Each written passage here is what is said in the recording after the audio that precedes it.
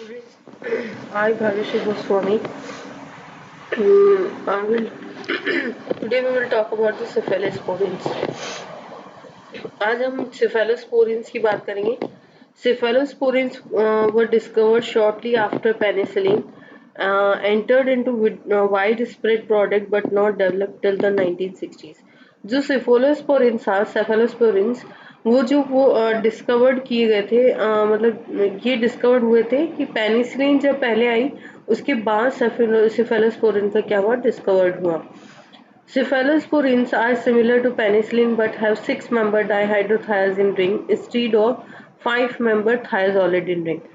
Cephalosporins में क्या होता है कि वो स्ट्रक्चर मतलब सिमिलर होती है पेनिसिलिन की, लेकिन उसमें cephalosporin में 6-member डायहाइड्रोथायजिन रिंग होती है, लेकिन पेनिसिलिन में 5-member thiazolidine रिंग होती है.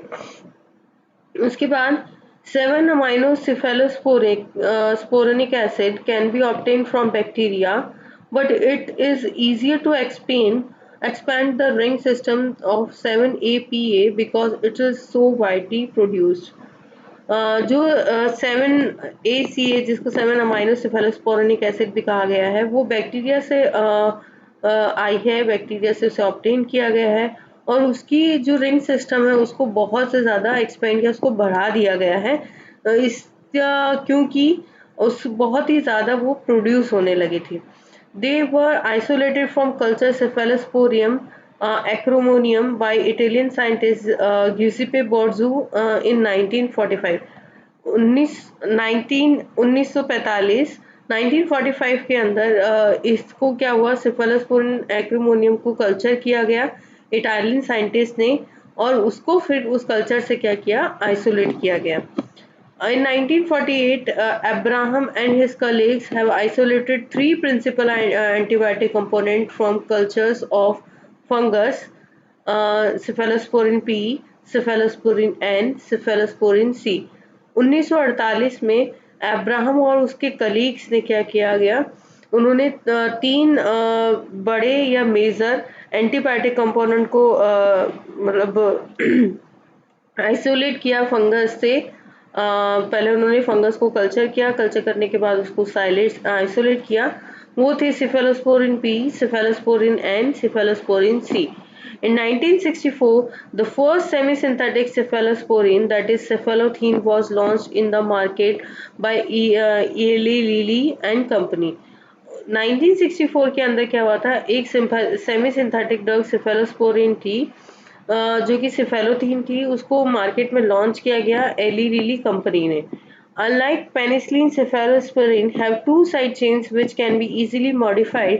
Cephalosporin are also more difficult for beta-lactamase to hydrolyze.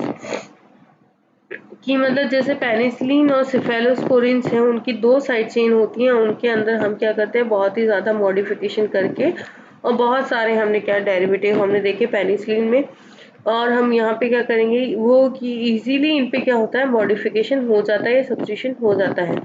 Cephalosporin जो होते हैं वो बीटा बहुत ही ज़्यादा उनको डिफिकल्ट आती है बीटा लैक्टमेज एंजाइम को हाइड्रोलाइज होने में. उसके बाद हम देखते हैं कि क्लासिफिकेशन ऑफ सेफेलोस्पोरिन. सेफेलोस्पोरिन जो है उसको 5 क्लासेस में डिवाइड किया गया है जनरेशन के according. First generation, second generation, third generation, fourth generation, fifth generation. First generation जो है उसको डिवाइड किया है parental, oral and parental. Parental जो है उसमें सिफेलोथीन, सिफेलोरिडीन, सिफाजोलिन. ओरल में हमने सिफालेक्सिन, सिफाट्रॉक्सिल, और ओरल और पैरेंटल में हमें सिफाड्रीन हमने दिए, फर्स्ट जनरेशन में आई है. सेकेंड जनरेशन में जो पैरेंटल में है वो है सिफामाइसिन, सिफोजॉक्टिन, सिफोटाइटिन, सिफेमेटाजोल.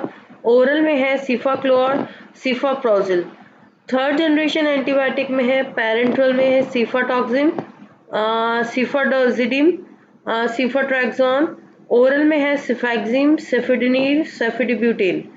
फोर्थ जनरेशन जो है जिसमें पैरेंटल की हम बात करें उसमें है सिफेडिमाइम, सिफेप्रोम.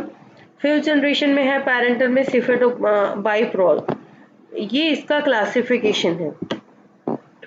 जनरल स्ट्रक्चर की बात करें कि जो सिफेलोस्पोरिन है उसमें 2 रिंग होती है, ये भी बाइसाइक्लिक होगा।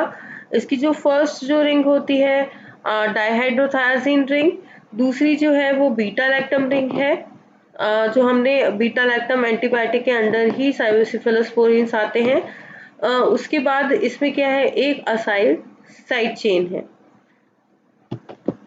उसके बाद हम फर्स्ट जनरेशन सिफेलोस्पोरिन्स की बात करें तो फर्स्ट जनरेशन जो सिफेलोस्पोरिन है उसमें सिफेलोथीन, सिफ्लोरोडीन, सिफाड्रॉक्सिल, सिफालेक्सिन, सिफाड्रीन, ये ड्रग्स आती हैं। ये इनकी स्ट्रक्चर्स यहाँ पे है। These drugs are very active against gram-positive cocci such as pneumococci, streptococci and staphylococci. ये जो ड्रग हैं मतलब जो सिफेलोस्पोरिन्स हैं, ये ग्राम पॉजिटिव जो कॉकाइज होते हैं उनके अगेंस्ट या मतलब उनके ऊपर ही ये क्या करते हैं, काम करते हैं, वहीं पे अपना एक्शन शो करते हैं। जैसे कि जो ग्राम पॉजिटिव कोकाई जैसे न्यूमोकोकाई, स्ट्रेप्टोकोकाई, स्टेफालोकोकाई, ठीक है, they do not cross triple B. Triple B मतलब ब्लड ब्रेन बैरियर। ये जो होते हैं सिफेलोस्पोरिन, ये ब्लड ब्रेन बैरियर को क्रॉस नहीं करते हैं। उसके बाद हम सेकेंड जनरेशन सिफेलोस्पोरिन की बात करें, इसमें क्या होता है, सिफेक्लोर, सिफामाइसिन, सिफेरोक्सिम, ये जो ड्रग है ये आती हैं। इसमें भी gram negative, they have a greater gram negative spectrum while retaining some activity against gram positive bacteria. इसमें ग्राम नेगेटिव की तो ज़्यादा मतलब ये क्या करेगा, ग्राम नेगेटिव पे ज़्यादा काम करेगा as comparison to gram positive bacteria. ये मतलब कि ग्राम नेगेटिव पे भी ज़्यादा काम करता है, ग्राम पॉजिटिव पे थोड़ा मतलब भी काम ग्राम पॉजिटिव पे भी काम करता है। They are also more resistance to beta lactamase, ये ज़्यादा रेजिस्टेंस होते हैं बीटा लैक्टमेज के लिए। नो ट्रिपल बी पेनिट्रेशन, इसमें भी ट्रिपल बी को ये क्या कहते हैं, पेनिट्रेट नहीं करते हैं। उसके बाद थर्ड जनरेशन की हम सिफेलोस्पोरिन की बात करें, सिफेट्रेक्सोन, सिफेक्सिम, सिफाटेक्सम, ये क्या है, ये थर्ड जनरेशन सिफेलोस्पोरिन्स है। Third generation drugs exhibit the least activity against gram positive bacteria but most potent activity against gram negative bacteria। तो जो थर्ड जनरेशन की जो मतलब जो सिफेलोस्पोरिन्स हैं, ये क्या करते हैं, ये ग्राम पॉजिटिव बैक्टीरिया पे इनका कम होता है, एक्टिविटी शो करते हैं, लेकिन ये ग्राम नेगेटिव बैक्टीरिया पे ज़्यादा अपनी एक्टिविटी शो करते हैं। फर्स्ट है extended antibacterial spectrum include Pseudomonas aeruginosa, ये इस पे भी काम करेंगे। Less activity on gram positive bacteria than first and second generation, मतलब इनकी लेस एक्टिविटी होती है ग्राम पॉजिटिव पे फर्स्ट और सेकेंड जनरेशन के according.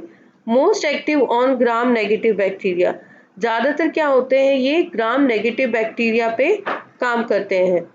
High stability with beta lactamase, इनकी जो स्टेबिलिटी होती है बीटा लैक्टमेज के साथ में वो ज़्यादा होती है। Easy penetrate to different tissues and then have broad distribution, इसमें क्या होता है, ये इजीली क्या कर जाते हैं, पेनिट्रेट कर जाते हैं डिफरेंट टिश्यू से, और इनका जो क्या होता है, बहुत ही ज़्यादा डिस्ट्रीब्यूशन होता है। इसमें जो ये क्या करते हैं, इनकी ये थर्ड जनरेशन जो सिफेलोस्पोरिन है, ये किडनी की टॉक्सिसिटी किडनी में टॉक्सिसिटी प्रोड्यूस करते हैं। फोर्थ जनरेशन की हम बात करें जिसमें सिफाप्राइम और सिफेपाइम आता है। ये जो फोर्थ जनरेशन सिफेलोस्पोरिन्स हैं, ये ड्यूटेरानिक कंपाउंड्स होते हैं। Good affinity for the transpeptidase enzyme, low affinity for some beta lactamase, cross triple B and effective in meningitis. जो फोर्थ जनरेशन के जो सिफेलोस्पोरिन्स होते हैं वो जीटोरायनिक कंपाउंड्स होते हैं। इनकी ट्रांसपेप्टाइड जो एंजाइम्स होता है उनके लिए ज़्यादा एफिनिटी होती है, बीटा लैक्टमेज के लिए इनकी कम एफिनिटी होती है।